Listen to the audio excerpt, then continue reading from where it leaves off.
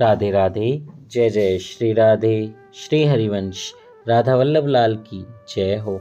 सभी संतों हरिभक्तों की जय हो। पूज्य गुरुदेव महाराज की जय हो।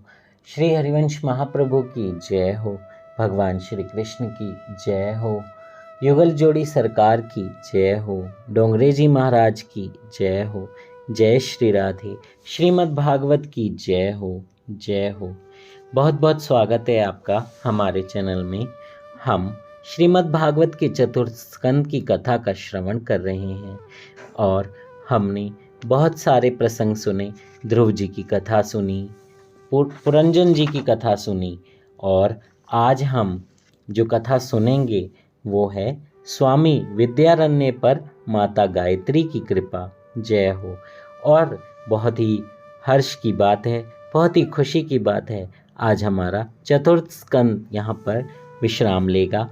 इसकी कथा आज संपूर्ण हो जाएगी। कल से हम पंचम स्कंद की कथा का श्रवण करेंगे। जय श्री राधे। भगवान श्री कृष्ण की बहुत ही कृपा है। राधा रानी बहुत दयालु हैं।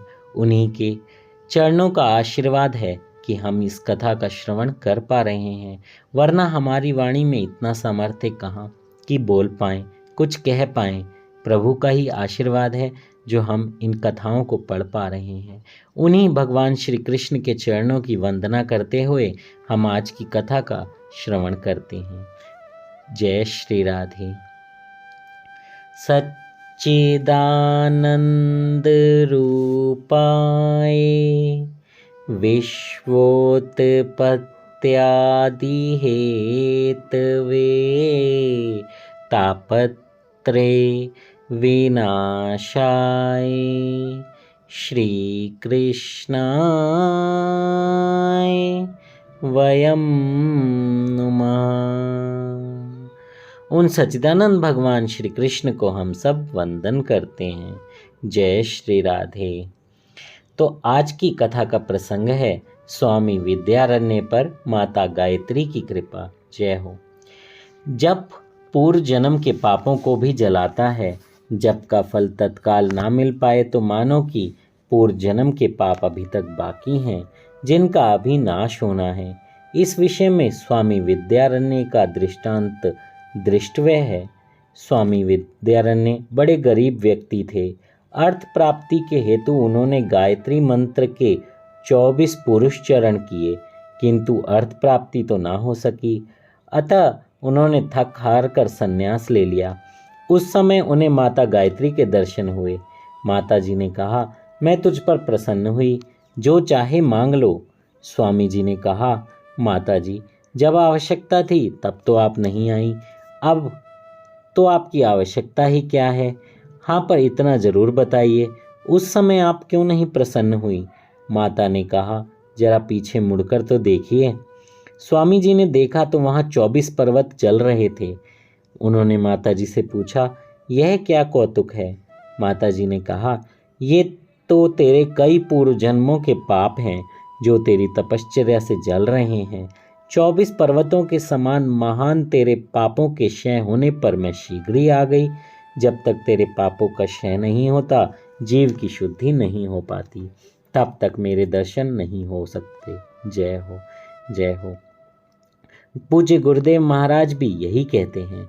बहुत सारे भक्तजन उनसे प्रश्न करते हैं कि हम इतने सालों से नाम जप कर रहे हैं पर कुछ असर नहीं हो रहा, कुछ भी फर्क नहीं पड़ रहा, हम वैसे ही हैं।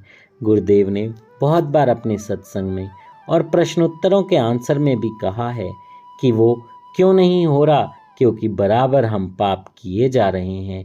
आँखों से गंदा देखना, मन से गंदा सोचना, गुस्सा करना, मांस मदिरा खाना, ये सब हम कर ही रहे हैं। गंदे आचरण करना, तो ये सब अगर होता रहेगा तो आप कितना भी नाम जप करो वो तो बढ़ता ही रहेगा। क्योंकि नाम जप मन से करेंगे और गंदे आचरण नहीं करेंगे तो पिछले पाप जलेंगे। जब पिछले पाप पूरे जल जाएंगे तो आपको प्रभु के दर्शन होंगे, क्योंकि आप आज की डेट में कोई पाप नहीं कर रहे, नियमित नाम जप कर रहे हैं। हमारे गुरुदेव यही कहते हैं और गुरुओं से जो सुना है, सभी गुरुओं से, हमारे ही नहीं सभी गुरु यही आज्ञा देते हैं कि आप अच्छे आचरण कीजिए। सारे गुरुदेव के प्रसंगों में, कथाओं में जितने भी महापुरुष हुए, उन सब के जीवनी अगर आप पढ़ेंगे, श्रवण करेंगे, तो यही है कि उन्होंने कोई भी गलत काम नहीं किया, प्रभु सेवा करी, तभी उन्हें प्रभु मिल गए। तो आप भी नाम जप अगर कर रहे हैं, फल नहीं मिल रहा, तो ये मत सोचिए कि उस नाम जप का कोई फल नहीं।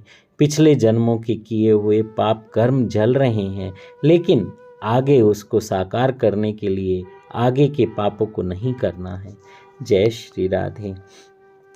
विद्यारण्य जी ने कहा, माता जी, अब मैं शुद्ध हुआ हूँ, अब मुझे कुछ भी मांगना नहीं है। और आगे जाकर उन्होंने पंचदशी नाम का वेदांत का उत्तम ग्रंथ लिखा। भगवान नारायण ने प्रचेताओं को दर्शन देकर आज्ञा दी कि तुम विवाह करो, विवाह करना पाप नहीं है, गृहस्थाश्रम भक्ति में बाधक नहीं साधक है। 1-2 संतान होने के बाद संयम का पालन करो। यह जीवात्मा कई जन्मों से काम वासना भोग रहा है। विवाह करने से काम सुख की सूक्ष्म वासना दूर होती है। ईश्वर की माया 2 तरह से जीव को मारती है, विवाहित भी पछताता है और अविवाहित भी। गृहस्थ आश्रम का वातावरण ऐसा होता है कि विषमता करनी ही पड़ती है। भगवान ने कहा, रोज 3 घंटे नियम पूर्वक मेरी सेवा स्मरण करोगे तो मैं तुम्हें पाप करने से रोकूंगा और रक्षा भी करूंगा। एक साथ 3 घंटे भगवत स्मरण करने वाले को भगवान पाप करने से रोक लेते हैं। पाप करते समय मन को कुछ खट्टा सा लगे तो मान लो कि प्रभु की साधारण कृपा हुई है। पाप करने की आदत छूट जाए तो समझ जाओ कि प्रभु की पूर्ण कृपा हुई है। पाप ना करना ही महान पुण्य ही है। पाप की माता है ममता और पिता है लोभ, उनका अवश्य त्याग करो। प्रभु सेवा जगत सेवा है। प्रभु सेवा के बिना देश सेवा सफल नहीं होती। अतः रघुनाथ की कृपा प्राप्त करने का हमेशा प्रयत्न करो। जितने तारे गगन में उतने शत्रु होए, जापे कृपा रघुनाथ की, बाल न बांका होए। जय हो। कोई भी कार्य बुद्धि और शक्ति के बिना नहीं हो सकता, और बुद्धि तथा शक्ति ईश्वर की आराधना किए बिना प्राप्त नहीं हो सकती। केवल परोपकार से ईश्वर की प्राप्ति नहीं होती। परोपकार कई बार ईश्वर की प्राप्ति में बाधक होती है। भरत मुनि को इस बात का बड़ा अच्छा अनुभव हुआ था। कान का अर्थ है घंटा, पहर का अर्थ है 3 घंटे। मनुष्य को चाहिए कि कम से कम 3 घंटे वे प्रतिदिन जप स्मरण करे। भगवान तुमसे संपत्ति नहीं समय मांगते हैं, उन्हें समय देना ही चाहिए। दुख का कारण मनुष्य का अपना स्वभाव ही है। स्वभाव को सुधारना बड़ा टेढ़ा काम है। तीर्थ स्थान से विष्णु याग करने से स्वभाव नहीं सुधरता। जय हो। देखिए, 3 घंटे प्रभु मांगते हैं, 3 घंटे प्रभु को देने चाहिए। आजकल हम रिलेशनशिप में आ जाते हैं, गर्लफ्रेंड बॉयफ्रेंड भी बन जाते हैं, उसके बाद हम 10-10 12-12 घंटे बातें करते रहते हैं। सोचिए, वही 3 घंटे अगर उसमें से निकाल के नाम जप को दें तो प्रभु कितने प्रसन्न होंगे, और प्रभु आपसे बात करना शुरू करेंगे। फिर तो बात ही क्या, एक बार प्रभु ने अगर आपसे बात कर ली, आपके हृदय में प्रभु विराजमान हो गए, वो प्रेम बढ़ गया, तो फिर तो कुछ बचना ही नहीं, सब का सब सुधर जाएगा, कुछ खराब नहीं होगा। तीर्थ स्थान से विष्णु याग करने से स्वभाव नहीं सुधरता, परमात्मा के ध्यान से और जप करने से स्वभाव सुधरता है। अनेक जन्मों से यह जीव पाप करता आया है। पाप करने का स्वभाव भगवान के जप से और भगवान की कृपा से ही छूटता है। गृहस्थों को प्रचेताओं की कथा द्वारा बोध दिया गया। भगवान कहते हैं, तुम मेरे लिए 3 घंटे खर्च करो, मैं 21 घंटे तुम्हारी निगरानी करूँगा। हे जीव, मैं तुझे पाप करने से रोकूंगा। जो मनुष्य भगवत दर्पण बुद्धि से कर्म करता है और जिसका समय मेरी कथा वार्ता में व्यतीत होता है, उसके लिए गृहस्थ आश्रमी होने पर भी घर बंधन का कारण नहीं होता, क्योंकि वह इस संसार में नहीं फंसता और संसार उसे नहीं फंसा पाता। अन्यथा गृहस्थ आश्रम में काम आसक्ति और अर्थासक्ति बढ़ती है। जय हो। अर्थासक्ति यानी कि जो कमाई हम करते हैं, पैसा कमाने की इच्छा, इंद्रिय तृप्ति की इच्छा, ये सारी चीज़ें सभी को पूर्व के प्रारब्ध कर्म अनुसार ही संतति और संपत्ति मिलती है। अतः उसका हर्ष और शोक मनाना नहीं चाहिए। उसकी चिंता छोड़कर भगवान के भजन में लग जाओ। मन के शुद्ध होने पर जानो कि भगवान की कृपा हुई। मनुष्य की वृत्ति तो अहरन यानी लोहे का वह टुकड़ा जिस पर रखकर लोहार लोहे पर धन चलाता है। चोरी और सुई का दान करने की होती है। ऐसी वृत्ति छोड़नी चाहिए, अर्थात मिट्टी, पत्थर और कांचन को एक समान मानने की दृष्टि प्राप्त करनी चाहिए। राका बाका जैसा वैराग्य होना चाहिए। राका बाका नामक पति पत्नी कहीं जा रहे थे। राका आगे था और बाका पीछे। रास्ते में राका ने देखा कि एक स्वर्ण हार पड़ा हुआ है। उसने सोचा कि हार को देखकर बाका की दृष्टि मति भ्रष्ट हो जाएगी, तो वह उस हार को धूल से ढकने लगा। ऐसा करते हुए देखकर बाका ने पूछा, तुम इतनी धूल क्यों इकट्ठे कर रहे हो? राका ने कहा, वैसे तो कोई बात नहीं। किंतु बाका ने जब सच्ची बात जानी तो उसने कहा, धूल को धूल से ही क्यों ढक रहे हो? अभी तक तुम्हारी दृष्टि से स्वर्ण और धूल दो भिन्न भिन्न वस्तुएं हैं। ऐसी भावना तुम्हारे मन में कैसे रह गई? राका ने कहा, अरे तू तो मुझसे भी आगे बढ़ गई बाका। तेरा वैराग्य तो बाका ही है और पत्नी का नाम बाका पड़ गया। संतों के मन में धूल और स्वर्ण एक समान होते हैं। ऐसा ही अनासक्ति भाव होना चाहिए। किए गए सत्कर्मों को, पुण्यों को भूल जाओ। पुण्य का अहंकार अच्छी बात नहीं। इस अहंकार के गए बिना चित्त शुद्धि शक्य नहीं है। पुण्य को भूल जाओ, किंतु किए हुए पापों को हमेशा याद रखो। महाभारत में वर्णित राजा ययाति का उदाहरण द्रष्टव्य है। अपने किए हुए पुण्यों के बल से राजा ययाति सशरीर स्वर्ग में गए। उन्होंने इंद्रासन पर बैठना चाहा। इंद्र भयभीत हो गया। वह बृहस्पति के पास गए और सारी परिस्थिति बताकर मार्गदर्शन मांगा। तो बृहस्पति ने इंद्र से कहा कि तू ययाति राजा से पूछ कि उन्होंने पृथ्वी पर कौन कौन से पुण्य किए हैं, जिनके बल से वे इंद्रासन पर बैठना चाहते हैं। अपने पुण्यों का वर्णन करने से उनके पुण्यों का क्षय होगा। इंद्र ने बृहस्पति के परामर्श पर ययाति से पूछा। ययाति ने अपने पुण्यों का स्वयं ही वर्णन किया और उनके पुण्यों का क्षय हो गया। फलतः उनका स्वर्ग से पतन हो गया। हमेशा याद रखो कि आपके द्वारा किए गए सत्कर्मों का, पुण्यों का स्वयं वर्णन कभी मत करो। और ये बात को याद रखो, वेदों का ज्ञान हो, शास्त्र वर्णित सर्व विद्या मुखस्थ हो, कवित्वमय वाणी में सुंदर गद्य पद रचने की शक्ति हो, किंतु चित हरिचरण में लगा हुआ ना हो, तो उन सभी का क्या अर्थ है? कुछ भी नहीं, कुछ भी नहीं। जय श्री राधे। अब प्रचेताओं को भगवान का वरदान और नारद जी का उपदेश। जय श्री राधे। भगवान ने प्रचेताओं को विवाह करने की आज्ञा दी। वे अपने घर गए, सभी का विवाह हुआ, सभी से एक एक पुत्र भी हुए। सभी प्रचेता फिर नारायण सरोवर के किनारे आए। उन्होंने नारद जी से कहा, गृहस्थ आश्रम के विलासी वातावरण में अपने सारे ज्ञान को, अपने लक्ष्य को हम भूल गए। गृहस्थ आश्रम में विषमता रखनी पड़ती है, जिसके कारण ज्ञान विस्मृत हो जाता है। शिव जी ने और भगवान नारायण ने हमको उपदेश दिया था, वह भी हम भूल चुके हैं। आप आज हमें फिर से उपदेश दीजिए। सारे जगत को कोई खुश नहीं कर सका। जगत को प्रसन्न करना बड़ा कठिन है। एक बार कोई पिता पुत्र एक घोड़े को लेकर जा रहे थे। पुत्र ने पिता से कहा, तुम घोड़े पर बैठ जाओ, मैं चलता रहूँगा। पिता घोड़े पर सवार हो गया। रास्ते में कुछ लोगों ने कहा, अरे यह पिता कितना निर्दयी है, स्वयं घोड़े पर सवार है और छोटे से पुत्र को धूप में चला रहा है। यह सुनकर पिता को बुरा लगा और पिता चलने लगा और उसने पुत्र को घोड़े पर बिठा दिया। आगे रास्ते में फिर कुछ लोग मिले। उन्होंने कहा कि यह पुत्र कितना निर्लज है, जो जवान होकर भी घोड़े पर सवार है और बूढ़े बाप को पैदल चला रहा है। इनकी बात सुनकर दोनों पिता पुत्र घोड़े पर सवार हो गए। रास्ते में फिर कुछ आदमियों ने कहा, अरे कितने निर्दयी हैं ये दोनों, दोनों भैंसे जैसे हट्टे कट्टे हैं और छोटे से घोड़े पर सवार हैं। इनके भार से बेचारा घोड़ा दब जाएगा। अब इनकी बात सुनी तो दोनों पिता पुत्र पैदल चलने लगे और घोड़े को भी साथ ले लिया। अब रास्ते में फिर कुछ लोग मिले।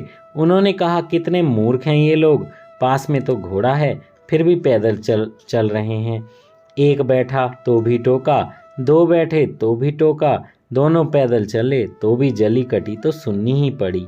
जगत में कैसा भी व्यवहार रखें, कैसा भी वर्तन रखें, समझ में नहीं आता, किंतु परमात्मा को प्रसन्न करना इतना कठिन नहीं है। जो परमात्मा को प्रसन्न कर सकता है वह जगत को भी प्रसन्न कर सकता है, क्योंकि भगवान ही जगत के उपादान कारण हैं। जय हो, जय श्री राधे। अब आपको समझ में आ ही गया होगा। वो कहते हैं ना कि बोलने वाले बोलते ही रहते हैं, हमें अपना काम करना चाहिए। तो वो काम आपको कैसे करना चाहिए? भगवान का स्मरण करना चाहिए, नाम जप करना चाहिए, कीर्तन करना चाहिए। और ऐसा नाम जप, ऐसा प्रेम प्रभु से कीजिए, ऐसी सेवा कीजिए कि प्रभु प्रसन्न हो और वो आपके पास आए। आप इस जगत में किसी को भी प्रसन्न नहीं कर सकते। सबकी अपनी अपनी मान्यताएं हैं, सबके अपने अपने शोध हैं, सबकी अपनी अपनी सोच है। बहुत मुश्किल है हर किसी की सोच को एक जगह पर मिला पाना। रामचंद्र जी कुटिल के साथ साथ सरल व्यवहार भी करते थे, किंतु कृष्ण सरल के साथ सरल और कुटिल के साथ कुटिल व्यवहार करते थे। कृते प्रतिकृतम कुर्यात एष धर्मः सनातनः। यह है इन दोनों अवतारों की भिन्नता। जगत को तो रामचंद्र जी भी प्रसन्न नहीं कर सके, तो सामान्य मनुष्य तो क्या कर सकता है? समाज को राजा नहीं, संत ही सुधार सकता है। रामदास स्वामी मन को बोध देते हैं, बहु हिंडता सख्य होणार नाही। इसलिए जगत को खुश करने की वृत्ति और इच्छा छोड़कर ईश्वर को ही प्रसन्न करने का प्रयत्न करना चाहिए। प्रभु को प्रसन्न करने के लिए 3 मार्ग नारद जी ने 4थे स्कंद में बताए हैं। जीव मात्र के प्रति दया, जो कुछ भी मिले उससे संतुष्टि, सभी इंद्रियों का संयम, इन 3 उपायों से परमात्मा शीघ्र ही प्रसन्न होते हैं। जय हो। इन बातों को कार्यान्वित करने वाले पर भगवान कृपा करते हैं। सभी इंद्रियों को संयमित करो और विषयों में उनको रमने न दो। संयम के बिना जीवन सरल नहीं हो सकता। विष को खाने से ही मनुष्य मरता है, और चिंतन से नहीं, किंतु उपभोग ना करते हुए भी विषयों के चिंतन मात्र से भी मनुष्य मरता है। अर्थात विषय विष से भी बुरे हैं, उनका विषवत त्याग करो। विदुर जी ने कहा, मैंने सुना है कि उसका मुझे चिंतन करना है। मैं ही ईश्वर से विभिन्न हो गया हूँ, मैं ही पुरंजन हूँ, ऐसा सोचकर कथा का बार बार चिंतन करो। मैत्रेय जी ने विदुर जी को यह कथा सुनाई। विदुर जी को मुक्ति मिली। प्रचेताओं की कथा वक्ता और श्रोताओं के पापों को जलाती है। जय श्री राधे। श्री हरिवंश। आज की कथा को हम यहाँ विश्राम देते हैं और हमारा 4th स्कंद संपूर्ण हुआ। भगवान की बहुत बहुत बहुत बहुत कृपा है हम पे। कल हम 5वें स्कंद की कथा का श्रवण करेंगे। जय श्री राधे। आइए 2 मिनट के लिए राधा नाम कीर्तन कर लेते हैं। जय श्री राधे। राधा श्री राधा राधा राधा राधा राधा राधा राधा राधा राधा राधा राधा।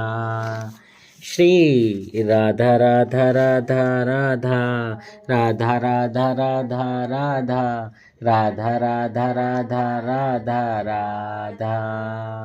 लाडली राधा किशोरी राधा, लाडली राधा किशोरी राधा। श्री राधा राधा राधा राधा राधा राधा राधा राधा राधा राधा राधा राधा राधा। लाडली राधा किशोरी राधा। राधा किशोरी राधा। जय श्री राधे। श्री हरिवंश। सभी संतों हरिभक्तों के चरणों में दंडवत प्रणाम। भगवान श्री कृष्ण की जय हो। डोंगरे जी महाराज की जय हो। श्रीमद् भागवत ग्रंथ की जय हो। जय श्री राधे।